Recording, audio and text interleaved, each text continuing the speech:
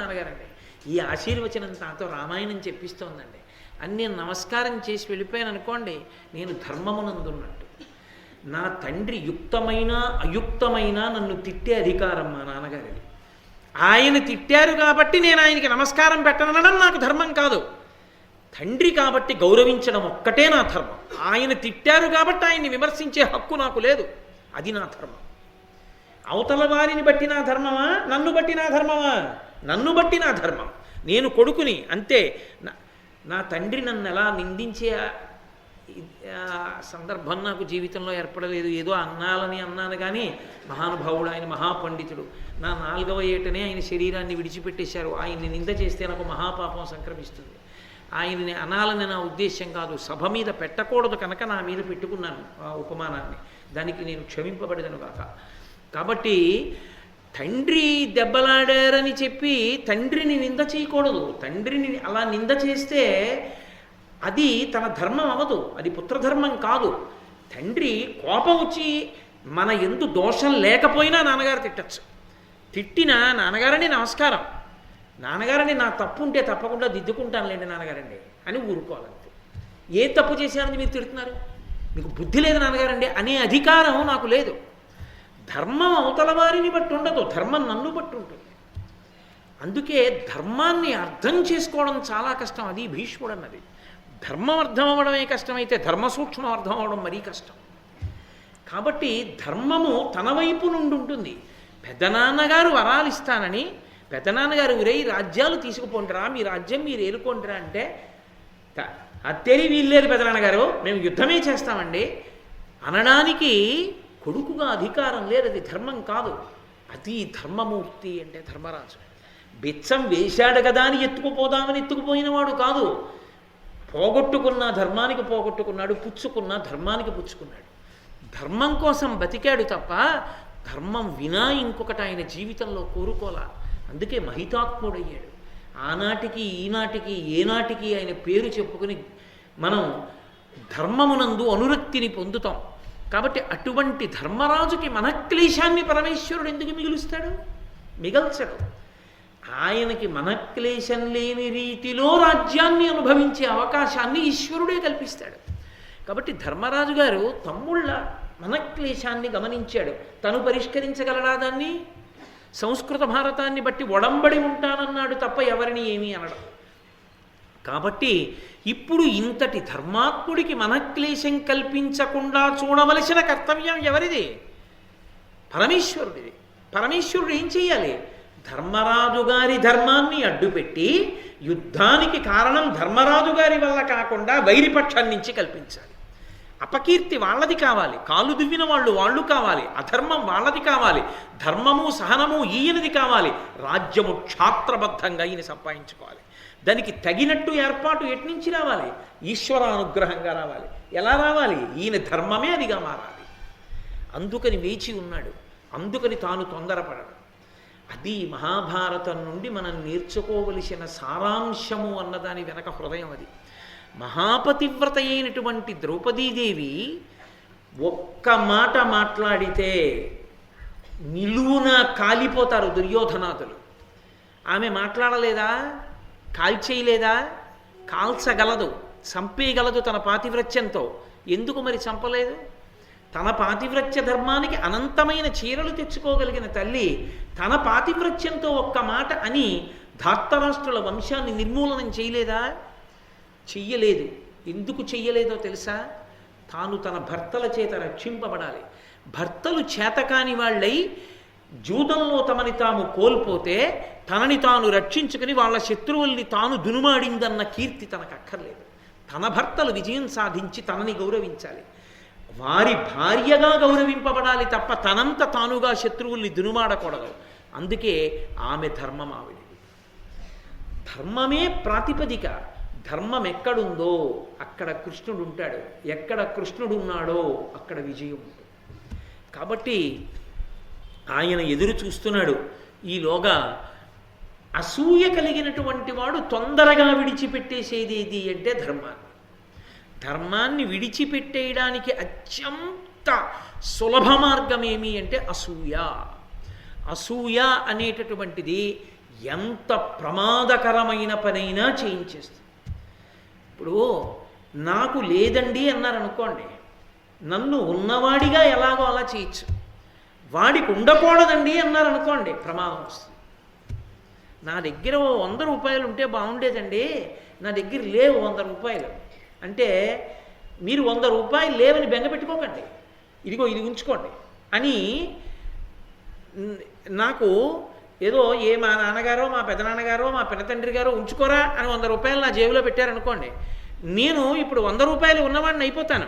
కానీ ఎవరో ఒకరిని చూపించి వారు వెండి కంచంలో అన్నం తింటున్నారు, వాడు వెండి కంచంలో అన్నం తినడమే నాకు కిట్టదన్నాను అనుకోండి, ఇప్పుడు నాకు వెండి కంచం ఉంటే నా కోరిక తీరుతుందా? తీరదు. నాకు వెండి కంచం ఉండడం కాదు, నాకు కావలసింది అవతలవాడు వెండి కంచంలో తినకూడదు. ఇప్పుడు తేలిక మార్గం ఏమైపోతుంది, నేను ధర్మం తప్పిపోతాను. ఎందుకని నాకు వెండి కంచం రావడం కాదు, అవతలవాడికి వెండి కంచం ఉండకూడదు. వాడికి వెండి కంచం ఉండేటట్టు చేసిన వాడు పరమాత్మ, నీకు వెండి కంచం ఇచ్చినవాడు పరమాత్మ. నీకు వెండి కంచంలో నువ్వు తిను, వాడు తింటున్నాడు వాడు తినకూడదని ఏడిస్తే నువ్వు పాడు చేయాలి. పాడు చేయగానే ధర్మం తప్పావు. అసూయ ఎక్కడుందో అక్కడ ధర్మం పోతుంది. దుర్యోధనుడు పాడైపోయాడు అసూయ వల్ల అని తీర్పు చెప్పి భారతం చదవడానికి కాదు, అసూయ ఏర్పడగానే ధర్మం పోతుంది. దాని వలన నేను కాదు, నా వెనక ఉన్న వాళ్ళందరూ పాడవుతారు. కాబట్టి వద్దు అసూయ, అది అత్యంత ప్రమాదకరమైన లక్షణం. కాబట్టి ఇంకొకరికి ఉంటే తాను సంతోషించగలిగిన లక్షణాన్ని పొందాడు అనుకోండి. అందుకే పరద్రవ్యాణిలోష్టవత్ మన సనాతన ధర్మమునందున్న గొప్పతనం ఏమిటంటే, మీకు ఇలా ఉండండి అని చెప్పి వదిలేయదు. ఇలా ఉండండి అని నేను చెప్పాను అనుకోండి, ఎలా ఉంటానండి అని మీరు నన్ను అడగచ్చు కదా. ఏమండి మీరు ఇతరుల ద్రవ్యమునకు ఆశపడవద్దు అని నేను అన్నాను అనుకోండి, ఆశపడకుండా ఎలా ఉండాలండి అని నన్ను అడిగారు అనుకోండి, నేనేం చెప్పాలి? జవాబు చెప్తుంది పరద్రవ్యాణి లోష్టవత్. నువ్వు అలా వెళ్ళిపోతున్నప్పుడు బోల్డ్ అన్ని గులకరాళ్ళు కనపడతాయి, అన్నీ ఏరి సంచిలోనో జేబులోనో వేసుకుంటున్నావా? గులకరాళ్ళు నీకెందుకు? ఇంకొకటి సొమ్ము గులకరాయది, అది వెండి కంచం కావచ్చు, బంగారు పట్టెడ కావచ్చు, నా దృష్టిలో గులకరాయి, నాకు అక్కర్లేదు. ఆయనకి బంగారు పట్టెడ, నా దృష్టిలో నాది కానిది గులకరాయి. ఇప్పుడు నాకు అసూయ జనిస్తుందా? జనించదు. పరస్త్రీయందు వ్యామోహం కలిగింది, మాతృవత్ పరదారేషు, అందరి యందు కామాక్షి పరదేవతని చూడగలిగావు. మా అమ్మ కామాక్షే ఇన్ని రూపాలతో కూర్చుంటుంది, సాయంకాలం అయ్యేటప్పటికీ అందరూ గుళ్ళోకి వెళ్ళి చూస్తారు. నేను ఇక్కడ కూర్చుంటే నా ఎదురుగుండా కామాక్షి 200 ముఖాలతో కూర్చుని ఉంటుంది, నేను ఆ తల్లిని ఇన్ని ముఖాలతో చూసి పెడుతూ ఉంటాను అని అనుకున్నాను అనుకోండి, అన్యమైన కోరిక పుట్టదు. అది మనకి వేదాంతము సమాధానం చెప్తుంది, ఇలా ఉండు నిన్ను అసూయ పట్టదు అని చెప్తుంది. అలా చెప్పేవాడు లేడా దుర్యోధనుడికి? చెప్పేవాడు ఎప్పుడూ ఉన్నాడు, విదురుడు వినడు. అంటే అసూయ కన్నా ప్రమాదకరమైంది ఏది? మాట వినకపోవడం. ఒకదానికన్నా ఒకటి ప్రమాదకరమైనది. అందుకే ఏది కానివ్వండి, అది భారతం కానివ్వండి, రామాయణం కానివ్వండి, భాగవతం కానివ్వండి, సందేశం అంతే. సీతమ్మైనా రామాయణంలో ఇదే అడుగుతుంది, ఇహ సంతో నవాసంతి సతోవా నానువర్తసే తథాహి విపరీతాతే బుద్ధిరాచారవర్జిత అని అడిగింది. చెప్పేవాళ్ళు ఎవరు ఇక్కడ లేరా? చెప్పినా నువ్వు విని ఆచరించవా? ఎక్కడుందిరా దోషం అని అడిగింది. చెప్పేవాడు లేకపోతే నా పుర్రెకి అలాగే తోచిందండి, చెప్పిన వాళ్ళు లేరు, పాడైపోయాననొచ్చు. చెబుతున్న విదురుడు ఉన్నాడుగా, మరి నువ్వెందుకు వినలా? చెప్పకూడని మాటలు చెప్తున్నటువంటి శకుని మొదలైన వాళ్ళ మాటలు ఎందుకు విన్నావు? ఇప్పుడు దోషం నీది. ఎందుకు వచ్చింది? అసూయని గెలవడానికి మంచి మాట వినాలి. ఆ మంచి మాట వినే లక్షణం కూడా లేకపోతే ఏమవుతాడు? సర్వనాశనం అవుతాడు. ఆ మాట వినని లక్షణానికి విరుగుడేమి అంటే మహాత్ముల మాట చేత చచ్చిపోతాడు. ఆరణ్యకాండలో అలాగే మహర్షి వచ్చి శపిస్తాడు దుర్యోధనుణ్ణి. కాబట్టి ఏమవుతుంది? అసూయ, మాట వినకపోవడం, ఈ రెండు ఒకదాన్ని మించినటువంటి ఒకటి ప్రమాదకరమైనవి. అగ్నిహోత్రము, నెయ్యి రెండు పక్క పక్కన ఉన్నాయనుకోండి, జాడీల నిండా నెయ్యి ఉంది, అగ్ని రగిలింది, అంటుకుంది అగ్ని. ఎక్కడికో వెళ్ళి నూతి దగ్గరికి బిందె నీళ్ళు ఎక్కడ తీసుకొస్తానండి, జాడీలతో నెయ్యి ఇక్కడే ఉంది, ఇది పోసేస్తాను, నీళ్లలాగే ఉంది కదా అని పోసేశాడు. ఆరుతుందా? నెయ్యి పోసిన కొద్దీ అగ్ని రగిలినట్టు మాట వినడం అన్నది రానంత కొద్దీ అసూయ ప్రబలుతూనే ఉంటుంది. అసూయ ధర్మాన్ని విడిచిపెట్టడానికి కారణమవుతుంది. ధర్మాన్ని విడిచిపెట్టడం పరమేశ్వరానుగ్రహానికి దూరం అవ్వడానికి కారణమవుతుంది. పరమేశ్వరానుగ్రహానికి దూరం అవ్వడం పొరపాటు నిర్ణయాలు చేసుకోవడానికి కారణమవుతుంది. పొరపాటు నిర్ణయాలు పతనం అయిపోవడానికి కారణమవుతాయి. కాబట్టి ఇప్పుడు ప్రచోదనమంతా బుద్ధి ప్రచోదనం మంచిగా ఎటుంది? ధర్మజుడి వైపు ఉంది. ఎందుకని? ధర్మం పట్టుకున్నాడు. బుద్ధి ప్రచోదనంలో దోషమంతా ఎటు వస్తోంది? దుర్యోధనుడి వైపుకి వస్తోంది. ఎందుకు వస్తోంది? ధర్మం వదిలిపెట్టేస్తున్నాడు. కాబట్టి ఇప్పుడు ఈయన ఎలా మళ్ళీ మనకి క్షాత్రధర్మంతో రాజ్యం ఎలా వస్తుంది అని ధర్మరాజు గారు ఆలోచిస్తుంటే దుర్యోధనుడు అక్కడ బయలుదేరాడు. బయలుదేరి ఆయన అన్నాడు, ధృతరాష్ట్రుడి దగ్గరికి వెళ్ళాడు.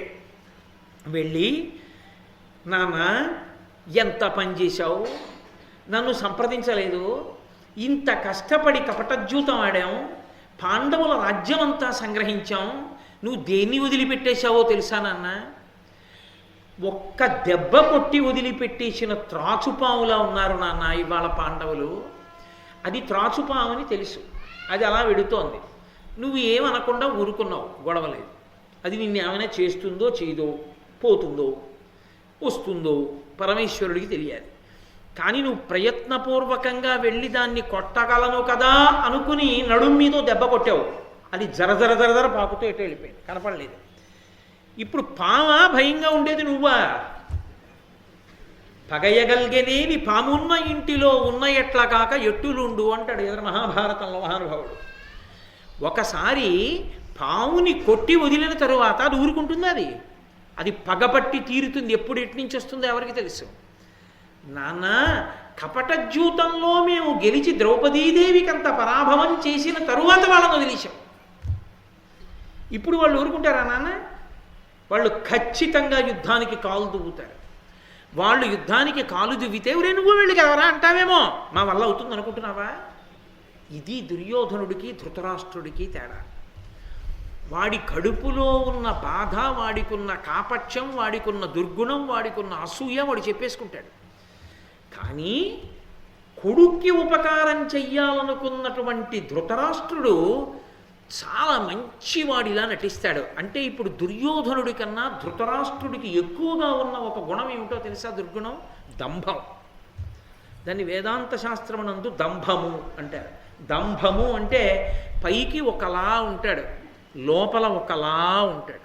ఎలా ఉన్నవాడు అలా ఉన్నాడు అనుకోండి, కొంతలో కొంతవరకు పసిగట్టేయచ్చు. ఇప్పుడు చెడ్డవాడు చెడ్డమాటే మాట్లాడు, వీడి చెడ్డవాడండి దూరంగా పెట్టండి అనొచ్చు. మంచివాడిలా ఉంటున్నాడు అనుకోండి, ప్రమాదం. అందుకే దంభానికి ఉదాహరణ ఎవరిని చెప్తారంటే కొంగని చెప్తారు. కొంగ చూడండి, తెల్లగా ఉంటుంది.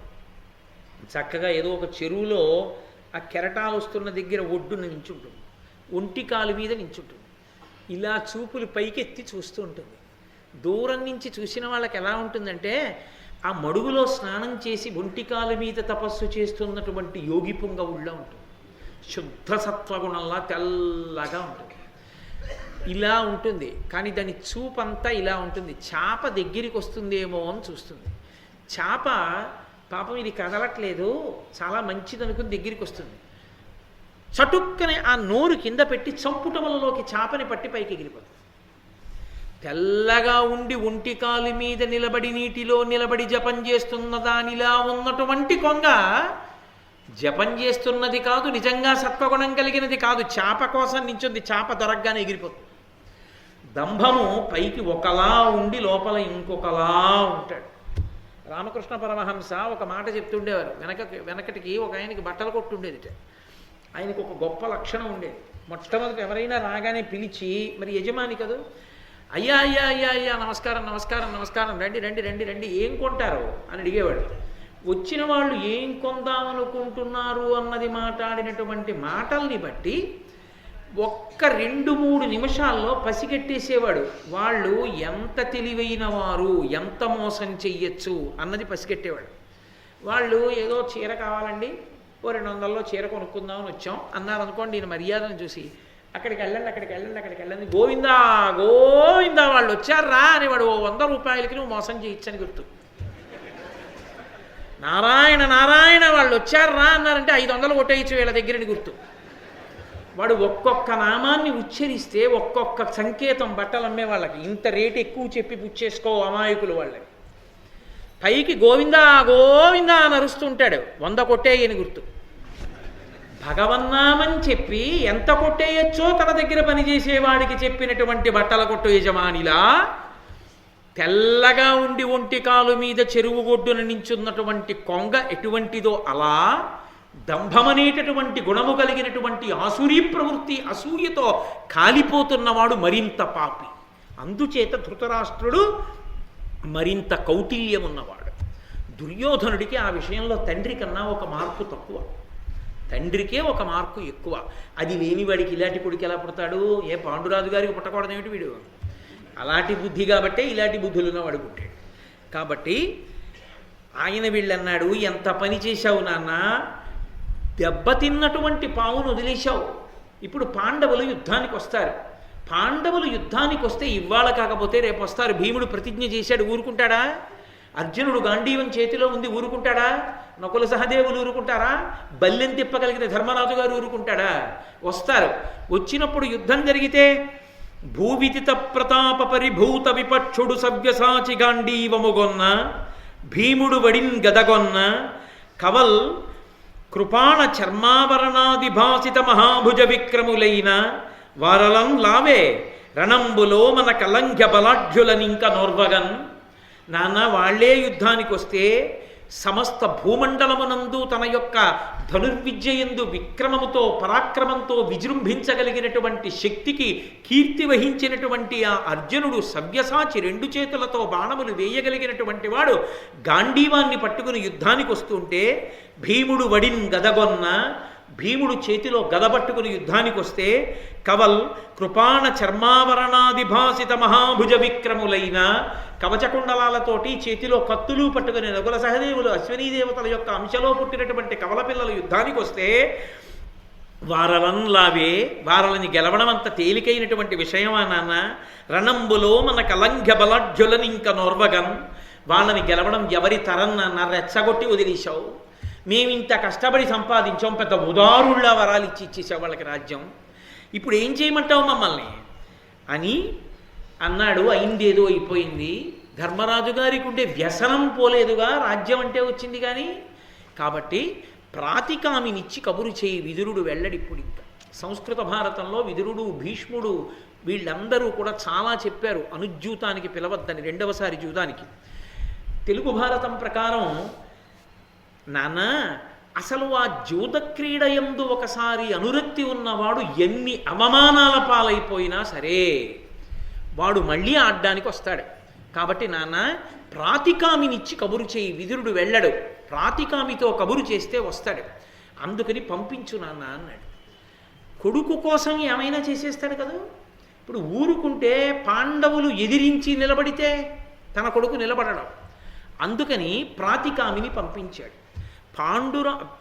ధర్మరాజు గారు యుద్ధానికి, ధర్మరాజు గారు అనుజ్యూతానికి రావడానికి కారణం తెలుగు భారతం ప్రకారం అయితే జూదక్రీడయందు ఉన్నటువంటి అనురక్తి.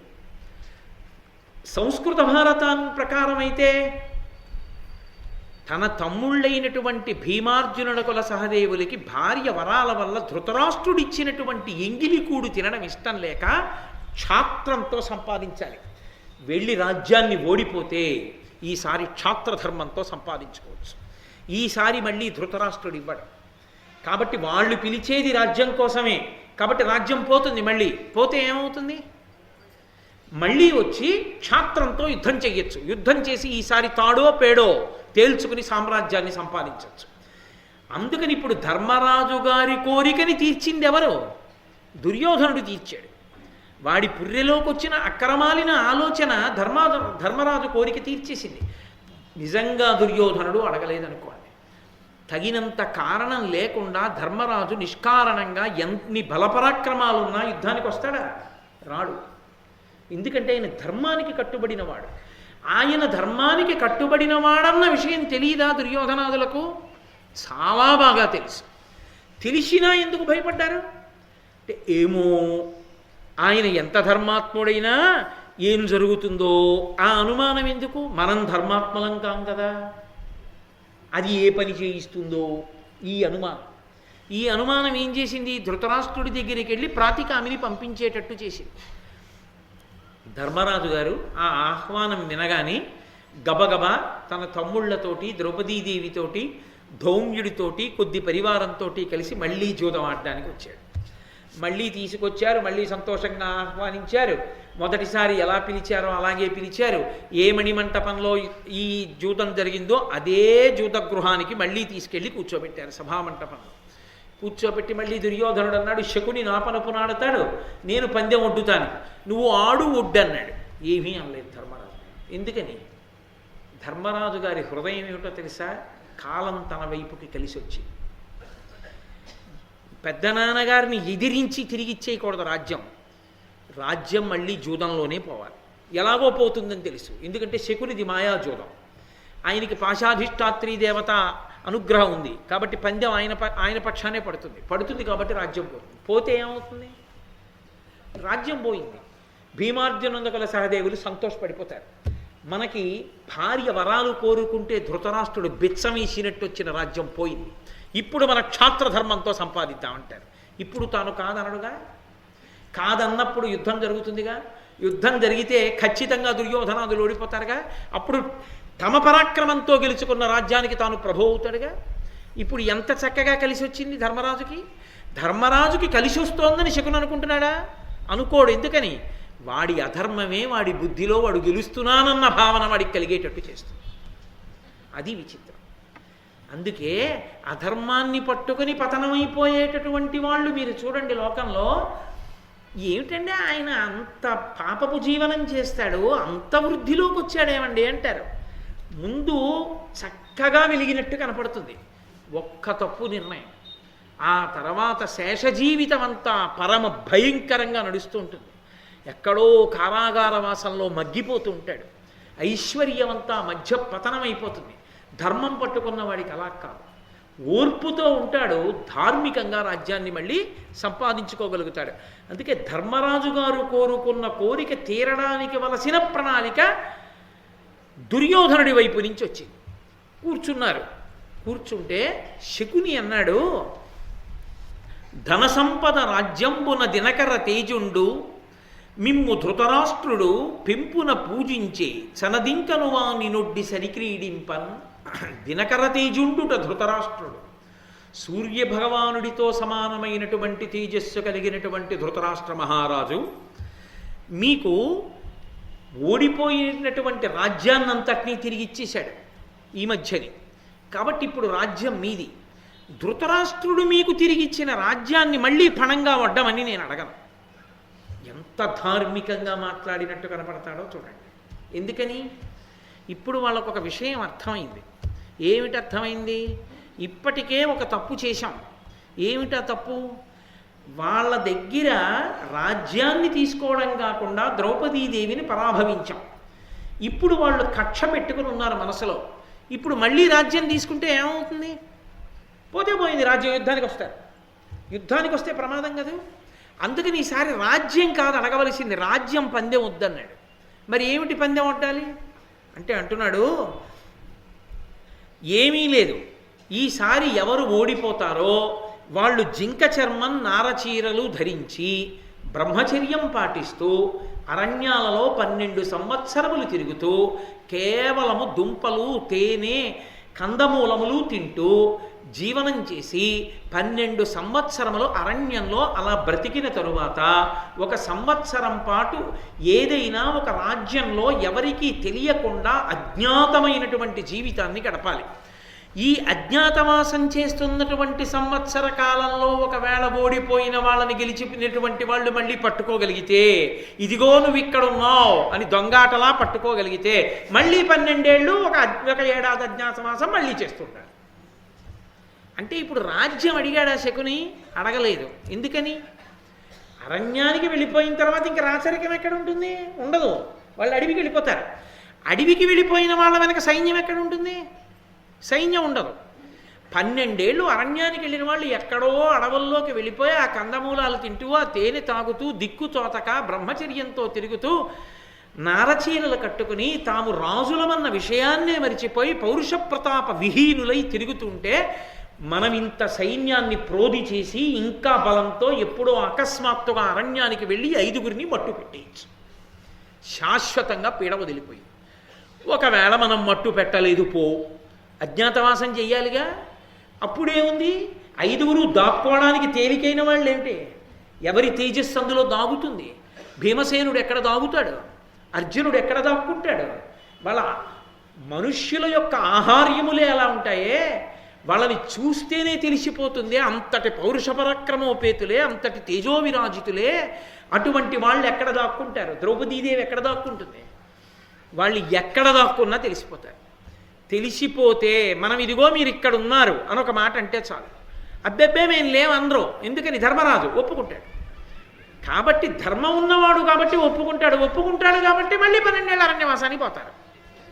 కాబట్టి ఇప్పుడు వాళ్ళ రాజ్యం గెలవవలసిన అవసరం మనకే ఉంది. అలా అరణ్యాలు పట్టి తిరుగుతూనే ఉంటారు. ఇంకా మనం ఎప్పుడో అవకాశం వచ్చినప్పుడు సైన్యంతో వెళ్ళి మట్టు పెట్టేస్తాం. ఏమయ్యారు పాండవులు? ఎవరికి తెలుసు? ఎక్కడో ఉన్నారు అడవిలో. ఏమయ్యారు పాండవులు? ఎక్కడో ఉన్నారు అజ్ఞాతవాసంలో. ఏమయ్యారు పాండవులు? ఏమో ఏ పులి తినేసిందో పీడా పోయిందంట. ప్రజలు మర్చిపోతారు. ఎదురుగుండా లేనివాడు జ్ఞాపకం ఉండడుగా, కాబట్టి మర్చిపోతారు. గొడవ వదిలిపోయిందిగా. అంటే ఎంత ప్రమాదకరమైన ఆలోచనలు తేగలిగిన వాళ్ళో చూడండి దుష్టచతుష్టయం. దీనికి మీ రాజ్యాన్ని శాశ్వతంగా అపహరించడానికి మీ తేజస్సులకు భయపడి మీతో యుద్ధం చెయ్యలేక ఇలా పణం పెడుతున్నాం అంటారా? అనరు. అక్కడే పప్పులో కాళీశాడు శకుని. నేను మీతో అన్నాను కదా, బుద్ధులు ప్రచోదనం చేయబడతాయి పరమేశ్వరుడి చేతని. ధర్మరాజు గారు ధర్మానికి కట్టుబడి కూర్చున్నాడు. పందెం ఇదని కూడా ఆయన అనలేదు, ఆయన కూర్చున్నాడు. చాలా తెలివిగా ఆలోచించాననుకున్న శకుని అక్కడే పప్పులో కాలుబడి. ఎక్కడ? రాజ్యం పోగొట్టుకుని అరణ్యానికి వెళ్ళమని లేదు, మీరు అరణ్యవాసం అజ్ఞాతవాసం చెయ్యాలన్నాడు. చెయ్యగలరేమిట్లే అనుకున్నాడు. చేస్తే ఆలోచించలేదు. అప్పటికేమనుకున్నాడు? చేస్తే జూదం ఉందిగా అనుకున్నాడు. కానీ ఏమైంది? మహర్షి కనబడి అక్షవిద్యని ప్రసాదించాడు ధర్మరాజుకి. అందుకని జూదం ఆడలేకపోయాడు. ఇటు జూదానికి తలుపులు మూసుకుపోయాయి అరణ్యవాస అజ్ఞాతవాసాల తర్వాత. చెయ్యగలరేమిట్లే అన్నవాళ్ళు చెయ్యడం కాదు, పరమేశ్వరుడి అనుగ్రహాన్ని పొంది అర్జునుడు పాశుపతాస్త్రాన్ని సంపాదించాడు. ఎందరో రాక్షసుల్ని కిమ్మీనాదుల్ని భీముడు సంహారం చేశాడు.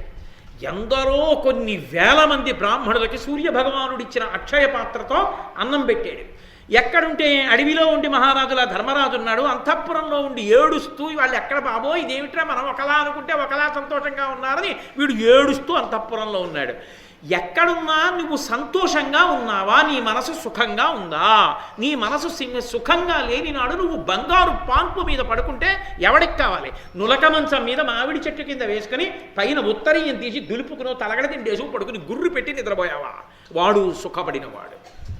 ఎవడికి కావాలి? ఏసీ వేసుకుని పెద్ద బంగారు పాన్పు మీద పడుకుని నిద్ర పట్టక అటు దొల్లి తెల్లవారుజాను 4 అయిన తర్వాత కళ్ళు ఎర్రబడి నిద్ర పట్టక సంపాదించిందంతా దొంగ సంపాదన ఏమైపోతుందో అని బెంగ పెట్టుకున్న నీ బ్రతుకు ఒక బ్రతుకు అవుతుందా?